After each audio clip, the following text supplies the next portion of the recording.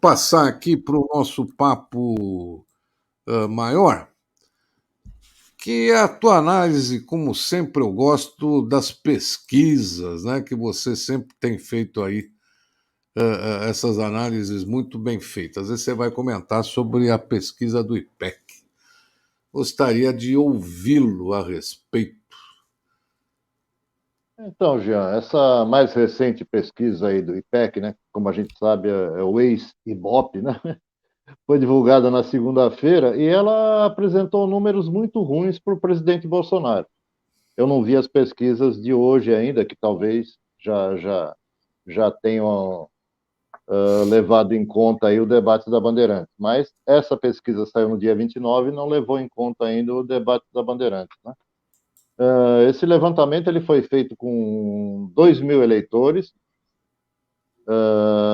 e aponta o presidente Lula com 44% nas preferências, Jair Bolsonaro do PL tem 33%, Ciro Gomes, PDT, aparece com 7%, Simone Tebet, do MDB, 3%, Felipe Dávila, do Novo, não chega a 1%, né? E os demais candidatos aí não pontuaram. Brancos e nulos tomam 7% e não sabem ou não responderam 6%. A margem de erro é de 2 pontos percentuais, né? Bom, como vocês podem ver, esse número se repete em praticamente todas as pesquisas, né? Antes de falar desse assunto, eu dei uma olhada nos dois agregadores de pesquisa, né? Do Estadão, que você está mostrando aí, o agregador do UOL também. Então, desde que foi iniciada essa série de pesquisa para as eleições desse ano, os números vêm se mantendo, né? Sem grandes modificações. Aliás, quase sem nenhuma modificação. Alguma diferença pode ser aí até metodológica, né? Bom, mas vamos lá. Os adversários do petista, do Lula, somam 43% das intenções de votos. Portanto, ainda é possível, matematicamente, né, uma vitória no primeiro turno, mesmo com o estreitamento aí da diferença de Lula com o conjunto, que teoricamente diminui a possibilidade de vitória já no dia 2 de outubro, né? E por que a gente diz que essa pesquisa é ruim para o Bolsonaro, né? Porque ela repete, né, como eu falei, com pouca oscilação, os mesmos resultados das pesquisas anteriores. Apesar do pagamento da primeira parcela aí dos R$ 600 do Auxílio Brasil, apesar da redução do preço dos combustíveis e do início, né, da propaganda eleitoral no rádio e da TV, que ainda é onde a maior parte da população escolhe seus candidatos, né? A rede social tem o seu valor, a gente já conversou disso aqui, tem a sua importância, tem a sua penetração, mas o rádio e a TV, nos bolsões aí do Brasil, tem uma influência muito grande ainda. E como eu disse também, essa pesquisa foi feita antes do debate da TV Bandeirantes, né? Mas ninguém acredita que o Bolsonaro cresça por conta desse debate aí, você provavelmente vai falar, né? Depois daqueles ataques às mulheres na figura da jornalista Vera Magalhães, né? Outro fator que é contra o Bolsonaro é o fator tempo. Tá? Nós estamos aí há pouco mais de 30 dias, 32 dias para as eleições, e os números aí recortados, estratificados aí dessa pesquisa, eles apontam que o Lula tem avançado no grupo, que é o grupo majoritário, é esse grupo que recebe até 5 salários mínimos, né?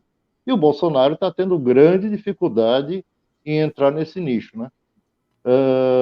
Então, vamos aguardar essas próximas pesquisas. Essa semana tem Datafolha também, né? Mas nos bastidores aí se comenta que na campanha do Bolsonaro, na equipe de campanha, as expectativas não são boas, principalmente por conta do comportamento dele, que ele não consegue segurar, é da natureza dele, né? E outro fator é o que pode acontecer no dia 7 de setembro, né? Ninguém sabe, ele está jogando tudo, ele pessoalmente, a ala ideológica está jogando tudo nesse 7 de setembro, mas pode ter um efeito reverso aí. O que vocês acham disso?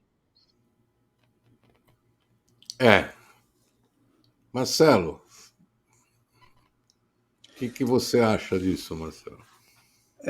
Também acho que tem pouco tempo para reação. Eu acho que a equipe de Bolsonaro está mais agressiva, né, em relação a Lula nos recortes, né? Lula mentiu muito também nos debates, né? Mas está sofrendo com a própria postura do Bolsonaro, né? A postura ruim, né? Postura ruim que até foi capitalizada pela Tebet no debate. Muito bem, por final. Muito bem. O Ciro surfou também, né? O Lula estava meio perdido, estava meio descompassado lá, digamos assim, nesse debate. E a notícia de hoje, eu acho que também é outra que vai jogar água nesse caldo aí do Bolsonaro. Eu acho que o tempo é muito curto para ele recuperar. Ainda é difícil o Lula ganhar no primeiro turno, né? Provavelmente vá para o segundo turno.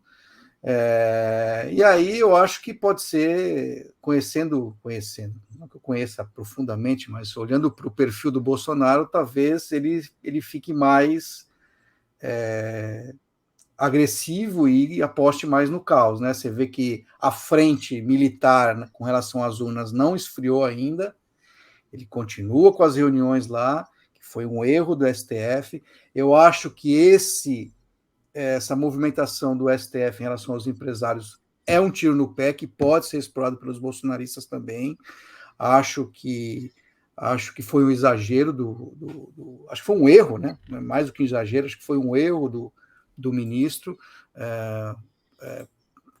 e com tanta força para cima dos empresários, por mais idiota, por mais estúpida, por mais assim, boçal que sejam as mensagens, você disparar uma operação como aquela baseada só nas mensagens, acho pouco, acho temeroso e acho que vai dar mais munição para os bolsonaristas. Então eu acho que, dado o prazo curto, a aposta no caos da equipe do Bolsonaro pode se acelerar aí. O Marcelo, ele tem a favor dele, o Bolsonaro, uma coisa que a gente não sabe medir ainda, não deu ainda para mensurar, que é o crescimento da Simone Tebet, da própria Soraya e do Ciro Gomes. A gente não sabe como é que esse debate bateu no eleitor, né? Será que vai ter uma oscilação considerável, uma oscilação pequena? Se cada um crescer 1, 2%, não altera nada esse quadro. Mas a campanha bolsonarista está contando com isso também para forçar o segundo turno, né? A questão da gente aguardar essa semana. Eu aproveitei e coloquei aqui na tela. Não sei se vai dar para enxergar. Deixa eu ver se eu consigo melhorar um pouco isso daqui. Peraí. Fica pequeno, mas é a pesquisa da Quest, que saiu hoje, né? 31 de agosto. A pesquisa da Quest, então eu vou só comentar com vocês aqui o que aconteceu. E ela já reproduz o debate de domingo, tá?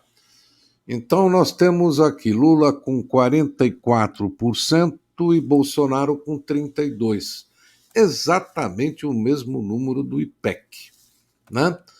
E o que acontece? O Bolsonaro perdeu um ponto em relação à última pesquisa do dia 17 de agosto, e o Lula também perdeu um ponto com relação a 17 de agosto. E voltamos no patamar de 3 de agosto para esses dois candidatos. Agora vejam vocês como é que foi a questão do debate, né?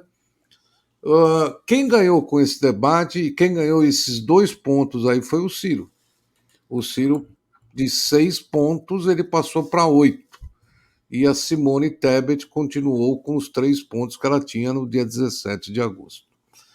Não dá para analisar, porque foi muito. Acabou de sair, faz 1 hora que saiu essa pesquisa, mas uma coisa que é muito importante: o Lula No Nordeste, ele perdeu 3 pontos e o Bolsonaro ganhou 1 ponto. Então, no Nordeste, ele está com 58 contra 21. E o Ciro deu uma subida aí para 11 pontos, né? Na região Sudeste, o Lula está ganhando, a diferença é pequena, 39-36. Na região Sul, o Lula continua ganhando, 39-37. E no Centro-Oeste e Norte está empatado, né? Os votos femininos são majoritariamente do Lula, com 45% e 29% de Bolsonaro. E uma coisa que chamou muito a atenção, que você estava falando aí, o Lula deu uma invertida muito grande naquela faixa de 2 salários mínimos a 5 salários mínimos. Ele reverteu a situação, hoje ele está na frente, coisa que o Bolsonaro estava na frente até pouco tempo atrás. Então, isso aí é rapidamente só para vocês, só para a gente contextualizar essa matéria aí como um todo, né? Essa pesquisa da Quest, ela é telefônica, não é de tanta qualidade quanto a da IPEC, mas mostra uma tendência, né, de números muito parecidos e que não variam muito, não.